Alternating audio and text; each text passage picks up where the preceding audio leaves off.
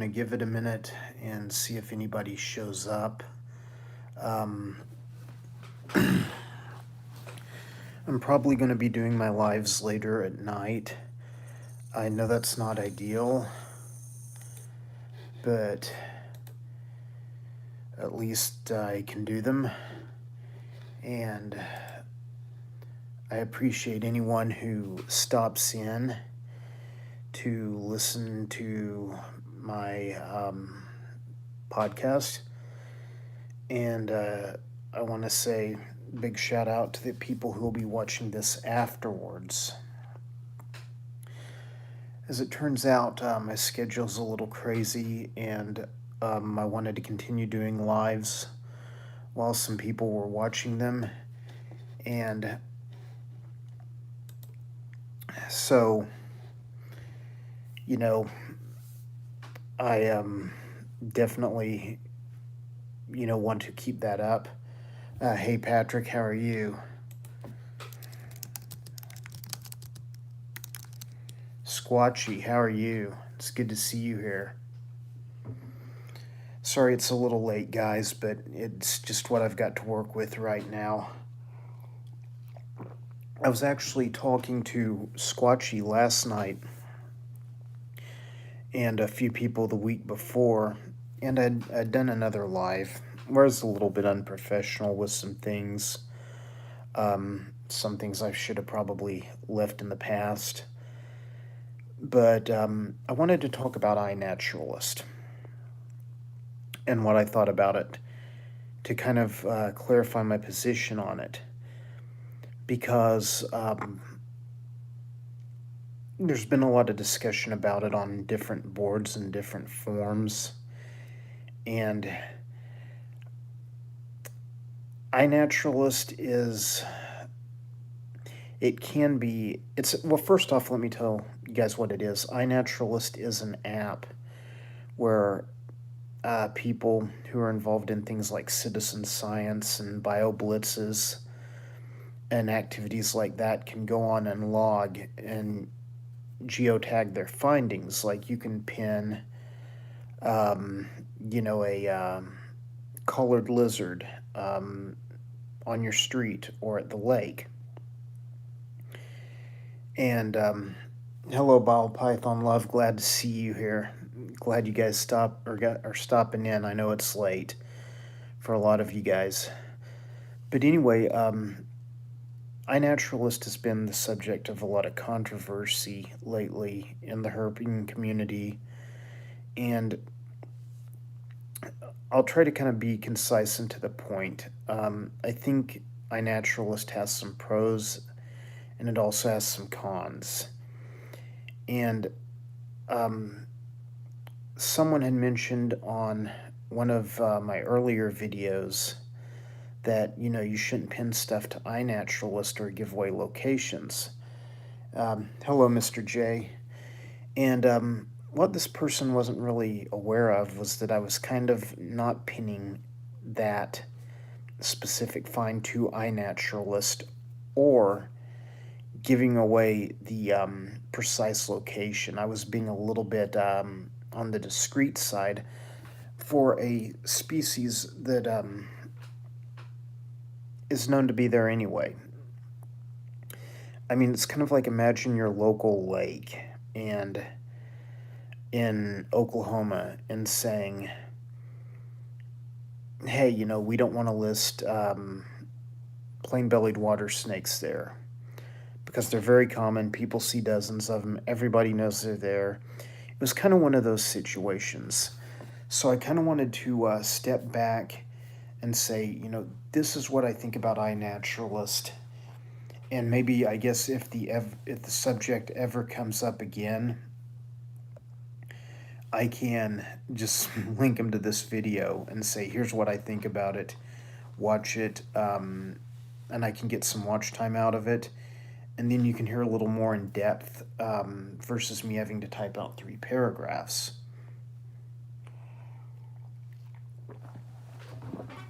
But anyway, I don't know who started iNaturalist or who runs it. I know there's others out there like HerpMapper I've heard that's run by good people, although I don't know a lot about it, so I'm not going to comment on it.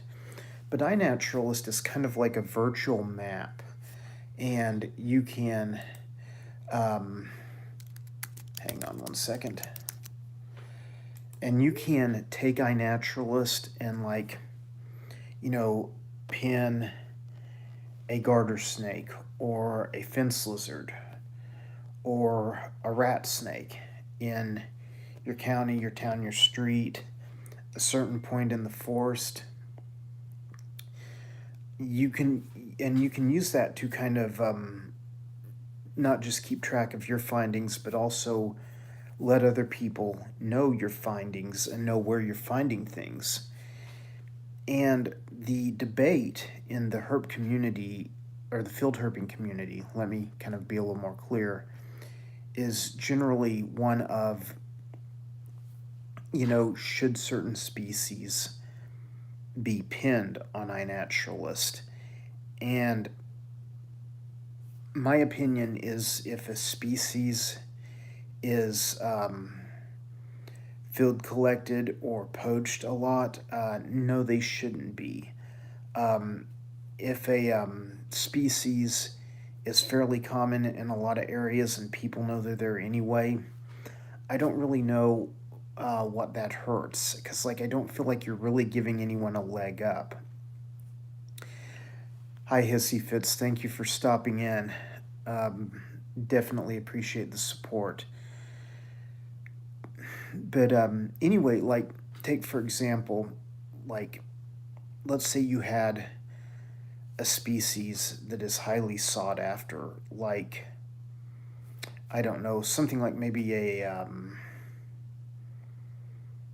I don't even really know off the top of my head what species are, like, frequently overcollected on a regular basis throughout the country. But let's take, like, the western diamondback rattlesnake, for example. In Oklahoma, it's a game species. They're actually hunted. A lot of people hunt them. And while I think the hunting has affected their population some, state biologists have said recently that they're not seeing what they feel is a population crash from the hunting. And they've been hunted here for over probably close to 100 years. That doesn't mean I like them being hunted. If you want to eat snake, go for it. But, there's a lot of areas of the state where it's very well common knowledge that, western diamondbacks are found. So I don't know if you pin a western diamondback to, the Wichita Mountains Wildlife Refuge, where everybody knows they're there. Hundreds of pictures of them all over the place. We know they're there. We know prairie dogs are there. We know bison and elk are there. I don't know that there's a lot of harm in pinning something to iNaturalist that we already know exists in a certain locality or area. Now, one thing that is a sensitive spot right now with the field herping community is milk snakes, like in Oklahoma, Kansas, Colorado, and their locations. And I think because they have kind of a more sensitive habitat requirement, there's controversy with them, with people pinning a milk snake find. So, milk snakes in Oklahoma are only found at, like, certain times of the year by flipping rocks. Almost no one ever road cruises them, to my knowledge. I'm not a milk snake enthusiast. Please don't hold me to that. And if you are a milk snake enthusiast and you see this later, drop some comments below. Let me know what you think.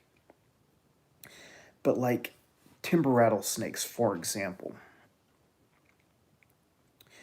I don't think generally, in most cases, those species should be pinned to iNaturalist because they're in decline throughout most of their range. Now, you come to a state like Oklahoma, there's actually a fairly good population of timber rattlesnakes here. They stay very hidden most of the time. but I feel like their population is on the decline here. Um, Now, some people would be very particular or very upset if one's location was pinned, but getting back to knowing people who hunt these animals commercially, um, they know where to go to get them without iNaturalist. Hey, Joker, good to see you. Thank you for stopping in. Hey, Nerding for Nature, good to see you. So, once again, when dealing with like venomous snakes that a lot of people consider nuisance and that states like Oklahoma have listed as a legal game species to hunt, um, you know, pin or not to pin, that's kind of on each person.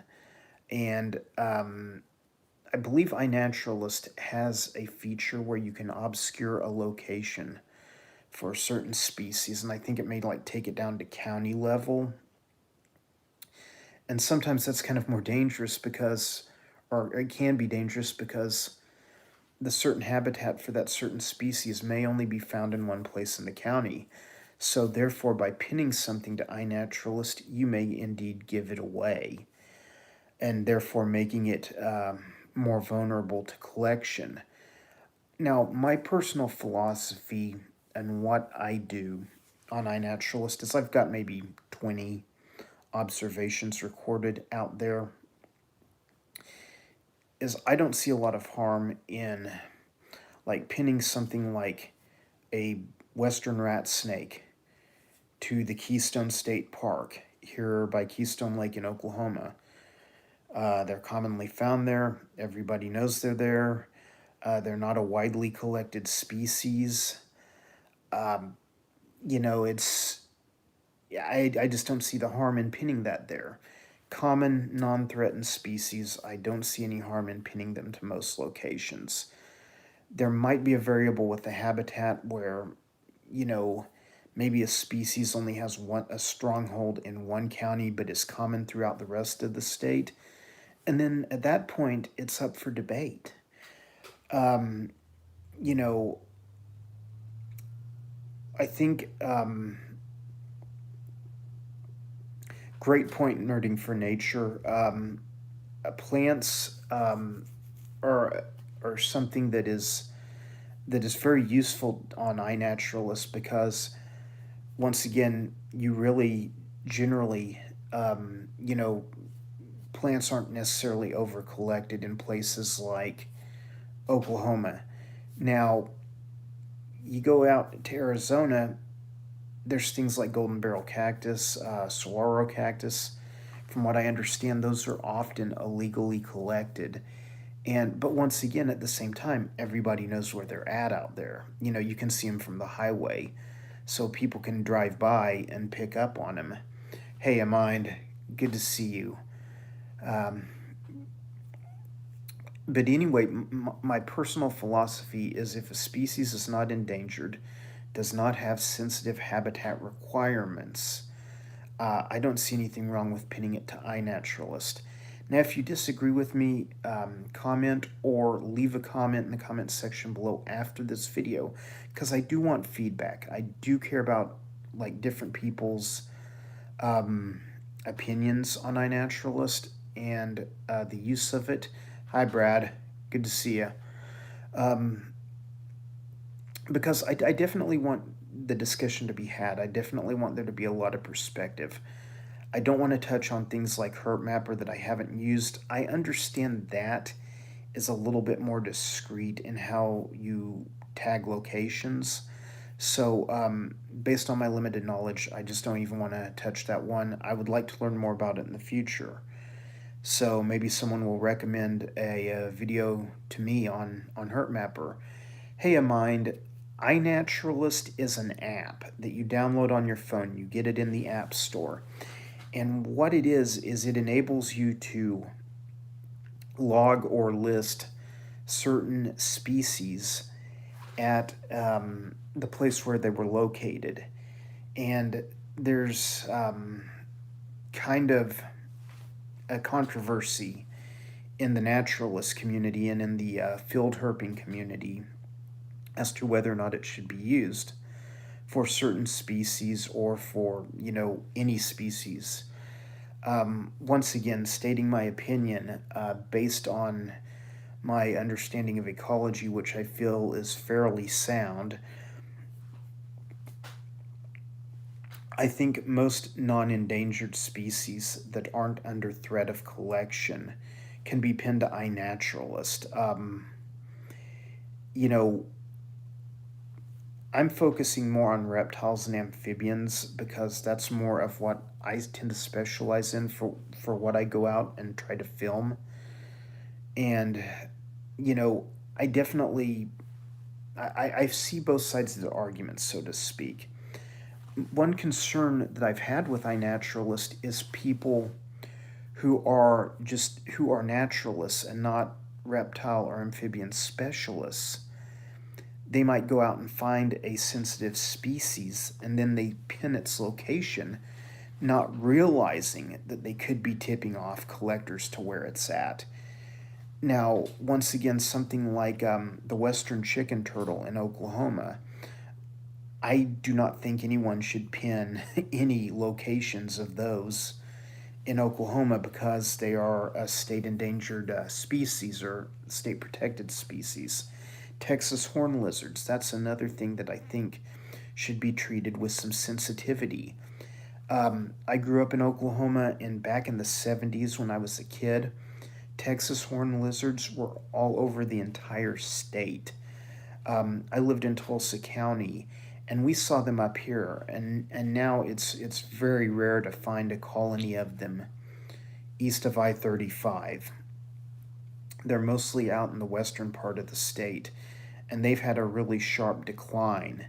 And several factors have played into that, such as like the introduction of Bermuda grass, pesticides, the introduction of fire ants, which run out the harvester ants, which is what the Texas horn lizard eats. So, should Texas horn lizards be pinned to iNaturalist? I feel as though they shouldn't be. And what what I think is um, what I think is important is to do a little research on something before pinning it to iNaturalist, because you can always go back and pin it later. I almost never pin my finds as I'm in the field finding them. I generally mark the location and then go back and pin them later if I'm going to pin them at all. I pin a very small fraction of the species I find to iNaturalist. If you go out and look at my iNaturalist, I think I'm Todd 224. All my finds are in Oklahoma. I don't pin anything outside of Oklahoma. But I pin a very small fraction of what I actually find. Generally venomous or rare species, I don't even mess with because, you know, people can use that to track them down and kill them, and I don't want to see that happen. And then I also have my own spots that I protect and that I don't share with anyone because I don't want anyone else catching on to them. Kind of like, fishermen don't give away their fishing holes. It's kind of like that. If you have a really good farm pond that you can get on, and there's really good bass in there, really good crappie fishing in there, if you start telling people about it, then everyone goes there. And then next thing you know, there's a no trespassing sign up. That's kind of what we're getting at here with iNaturalist. And thank you, Mr. J. Please hit the like button. I appreciate that because not a lot of people are tuning into my lives yet. But either way, I feel as though there's good and bad with iNaturalist, and I feel like people participating in bio blitzes um, may like inadvertently pin something that's really rare and not realize that they're kind of giving away a location. And I'm with Nerding for Nature. I appreciate you stopping in because the leave no trace thing, avoiding geotags, that sounds like the thing to do. And like I said, with some threatened species, even listing the county could be dangerous because a collector who knows what he's doing could go in and target that species just based on knowing what county it was found in. Um, and overall, I'm not trying to encourage or discourage people to use iNaturalist. I think a good philosophy for iNaturalist for most people who are into field herping like I am is to go and pin common species in places where they're commonly found. And what that can do is that can give someone who is doing research a little bit of a head start that, hey, this area is really rich in biodiversity, so maybe I should go there to look for these other species. And then you're not just giving away a spot, they're still actually having to do some of the work. Now, spot trading has been going on in field herping for a long time, and anymore, I will do it with some things, but generally, that's I have to really trust the person because, once again, I've known of cases, and I don't want to get personal tonight. I've done that before in a live, and kind of looking back, wish I wouldn't have, just because it wasn't the right thing to do. And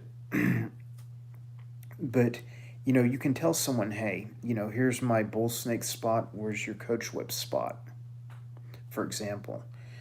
And then you can tell them, hey, keep it on the down low because I don't want everybody going there. And this really comes into play if you have access to private land, because some people are unscrupulous and will go on private land even though they don't have permission. In that case, I wouldn't give it away anyway.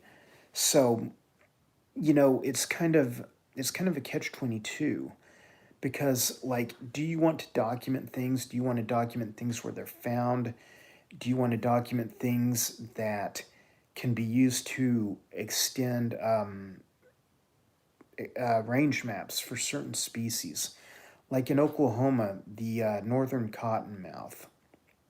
Everybody thinks they see this thing all over the state. It's not all over the state. It's like in the northeast section of the state, down through the central part of the state, down below Oklahoma City, but not in the Oklahoma City area. And, if you pinned one that was somewhere, more than a county away from a range map, it would cause a lot of people to start looking for it there. Now, someone with a legitimate scientific collection permit issued by the Oklahoma Department of Wildlife Conservation, someone like that could, take that information and go search that area to see if it's there to collect a viable specimen.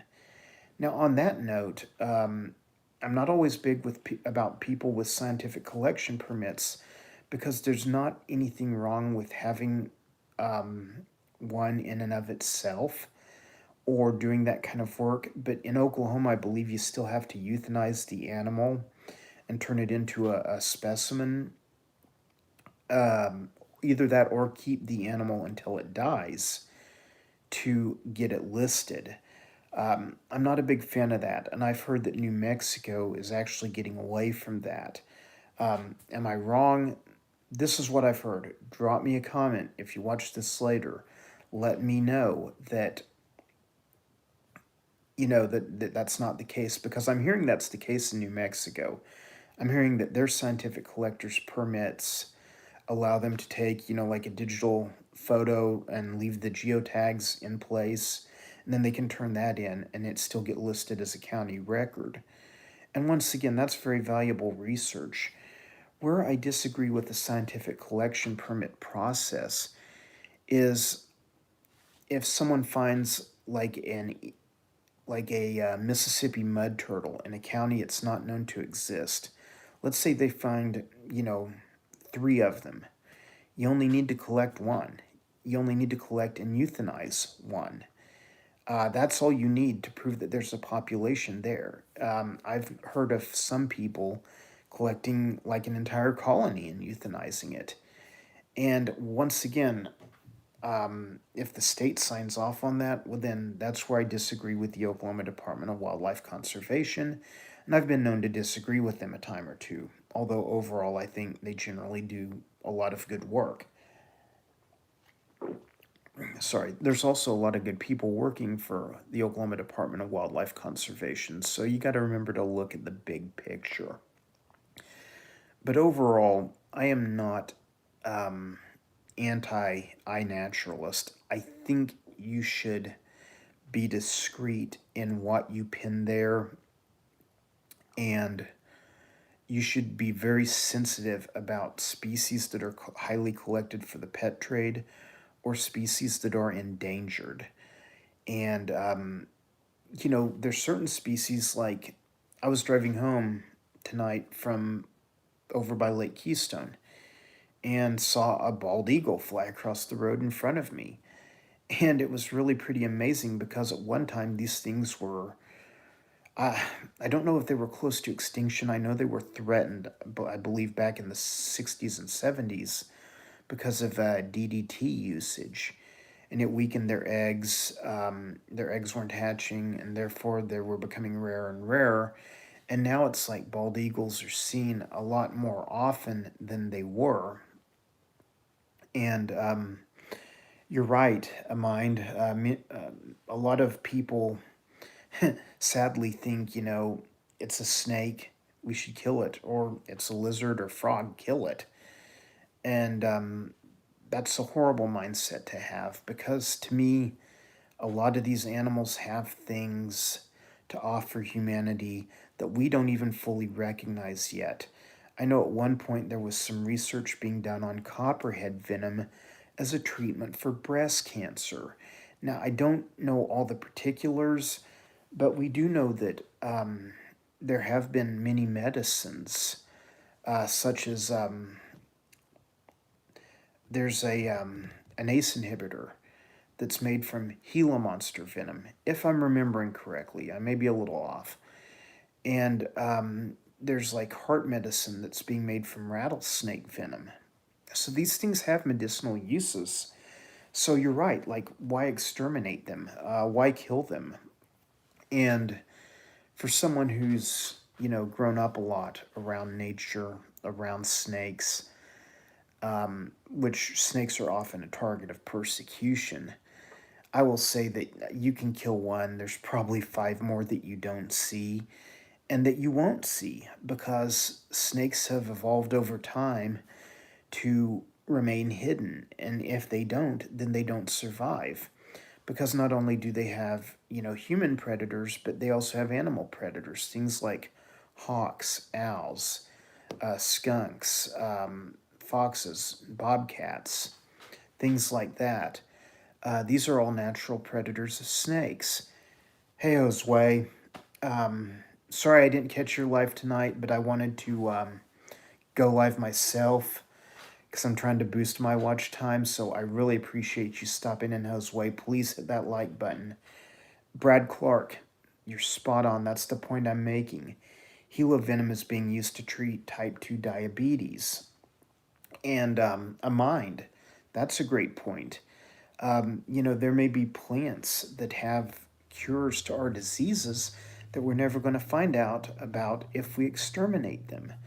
So, anyway, getting back on track, I'm not anti-iNaturalist by any means. I do pin some of my finds to iNaturalist, and I do use iNaturalist to find other species. However, I do think that we should, as the field herping community goes, and as other naturalist societies go, we should be a little bit sensitive to endangered species, species that are collected for the field trade, species that are collected for the pet trade. We should definitely be careful with, what we pin where. And I feel like some more education could go on at the game department level for things like, bio blitzes and things like that, where you might have a lot of people out pinning a lot of things to iNaturalist at a certain time that may stumble across something that's rare. I know that in south central Oklahoma, we have an insect called the American burying beetle, and I believe it's like highly endangered. Like, I think it's on the brink of extinction. And at one time, it was one of the most common insects in the United States, and it feasted on the bodies of passenger pigeons, which are now extinct. They went extinct around 1900. But I do know there's like some land in south central Oklahoma that is highly protected and guarded because of the American burying beetle habitat that's there. So, um, you know, you know, nature's a gift. I think we should be careful with it. That's kind of the bottom line. Brad, really nice. Heloderma, or the Gila monster family, beaded lizard family. They're venomous lizards in the United States. They're not real harmful to people, but once again, sadly, they do get killed because people think they're venomous, so therefore they can hurt us, so therefore we have to kill them. No, we don't. If you just leave them alone, you will never get bitten by a Gila monster. Um, that's kind of just a given. So basically, my philosophy on iNaturalist is use it with caution, obscure the location, look a little more into that if you're going to get serious about pinning things to iNaturalist. And don't be afraid to mark a location and then do a little research before pinning it to iNaturalist. Ask other field herpers. Ask me in the comments of this video, because I may not have the answer, but I'll know someone who does. That much I can guarantee you as far as the state of Oklahoma goes. I can't speak for other states.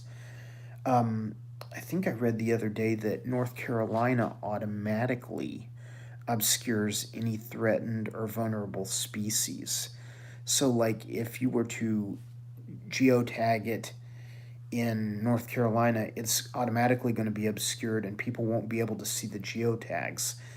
I think that technology needs to be a little more widely used. Now, once again, I know a lot of people that find a lot of threatened and rare species in places they're hard to find, and it never hits INAT. And I think that's really good, because I think that stuff should go to the higher end scientific collection permit people if there needs to be a range extension filed or documentation for um, range map extensions. And Josue, I'm glad you brought up the timber rattlesnake, because when I put out a video that included a timber rattlesnake in the Keystone Wildlife Management area, a lot of people, I want to say they were well meaning. I don't want to take what they said personally, but Josue, they jumped on me for even listing a timber rattlesnake in the Keystone Wildlife Management area.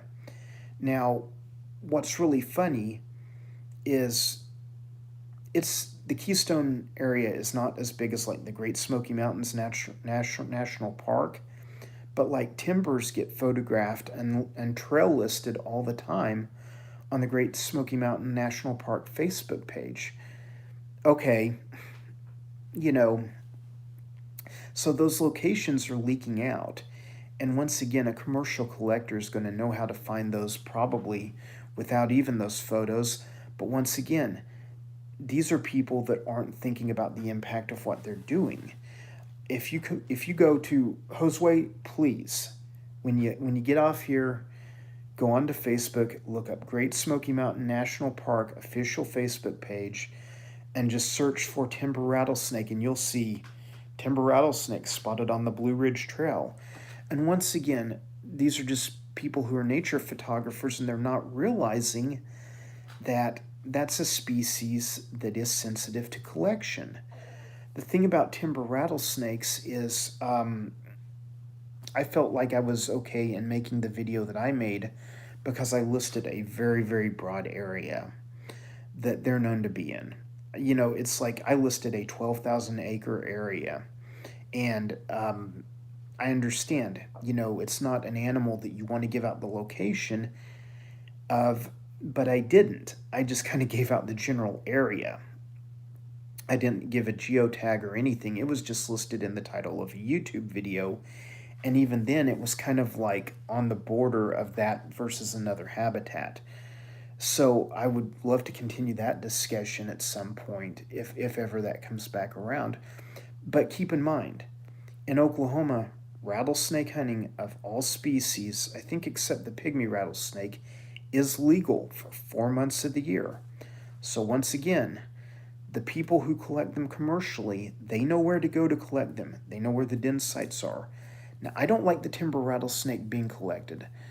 I don't like any of the rattlesnakes being collected, but the western diamondback has a fairly stable population, and there's a lot of land that it's not hunted on. Once again, I'm not saying I like that or agree with that, but timber rattlesnakes are a little different, as the female timber rattlesnake may have to get 7 or 8 years old before she can give birth, before she can breed. And timber rattlesnakes may breed only once in their life because of that. Whereas I think western diamondbacks can breed at age 3 or 4. Um, and once again, I don't have figures in front of me. I may be off by a year or two on that. Someone let me know in the comments. And definitely, please, I'm going to end this video pretty quick. But yeah, Josue, people can use iNaturalist to collect them. And for example, Josue, I sat in on a lecture from a lady who does research on timber rattlesnakes in New England. And what she does is she pit tags the timber rattlesnake, and then they track it with a radio transmitter, like they do with many other forms of wildlife. And she would say they would get a signal, where they'd be in the woods looking for a timber rattlesnake, and a timber rattlesnake that, maybe moved 20 feet in a month would all of a sudden be walking at like 7 miles an hour. So they knew that someone had collected that snake, thrown it in a bag or a bucket, and was heading out of the woods with it because they could track the rate the pit tag was moving at. So that's part of the debate we're having, Josue, is iNaturalist can be used for good and it can be used for evil. Once again, don't know what state you're in, Josue, but like Kansas is a state that's right next to Oklahoma, and the habitat for timber rattlesnakes kind of transcends the border, and you can legally hunt timber rattlesnakes in Oklahoma, but they're protected in Kansas. So, you know, states back east in Georgia, I want to say Georgia, you can legally hunt native venomous there. I know you can still hunt eastern diamondbacks there, or there used to be legal hunting for them there. Now, I did not agree with that. I don't think any hunting of eastern diamondback rattlesnakes should be done because just they've lost so much habitat. They've been persecuted for so long. They don't have the habitat left that the western diamondback does. So, that's kind of, a different issue. But yeah, like something like an eastern diamondback in Georgia, there's no way I would pin that anywhere on INAT. I might list county, but I would ask other herpers in the Georgia area before pinning that. Has not seen any timbers in Wyoming yet. Timber rattlesnakes do not exist in Wyoming. They do not go that far northwest. Savage in IND Gaming, I do remember you. I'm not sure where from, but I do remember your name. I generally remember names, so. But central Oklahoma and parts of central Texas are like the furthest west I know that any timber rattlesnake populations are found. I do know they're found like into Minnesota And I don't think they've ever really ranged further west than that. I know they've been like extirpated in Canada, and I think they're close to being extirpated in New York. I know there's still a few colonies left in New Jersey. So, once again, if I found a timber rattlesnake in a state like that, I definitely would not pin it to iNaturalist. But to summarize this video, I don't think iNaturalist is bad in and of itself. I think it can be used for good. I think it can be used for evil. Um, if you're a collector, you could definitely log onto iNaturalist and say, hey, this species is found there. And that's why I will not pin anything that's rare, state endangered, or sensitive to collection. In Oklahoma, that's American alligators, western chicken turtles, glossy crayfish snakes, Texas horn lizards. And most people really kind of don't need to pin those because if you're going to target a species that's that rare anyway, chances are you've done your homework and kind of have studied and know where and how to find them.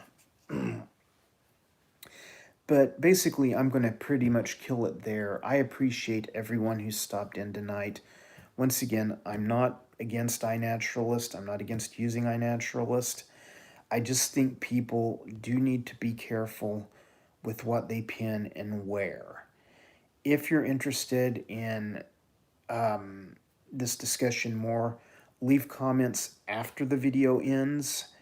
And if someone wants to come on and talk about it, or I haven't really got into hosting anybody else yet in a live, but if someone wants to discuss that further, we can figure out how to do that, and we can do that, because I know it's like a highly debated topic right now in the reptile community.